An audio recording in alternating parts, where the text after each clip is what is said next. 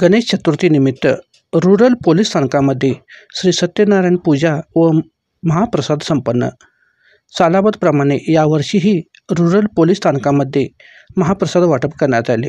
यावेळी पोलीस स्थानकाचे PSI शिवराज नायकवडे, भजंत्री साहेब, अन्य स्थानकाचे PSI, ASI, कॉन्स्टेबल पोलीस, महिला पोलीससह कर्मचारी यावेळी भरपूर नागरिक कार्यक्रमाच्या वेळी उपस्थित होते.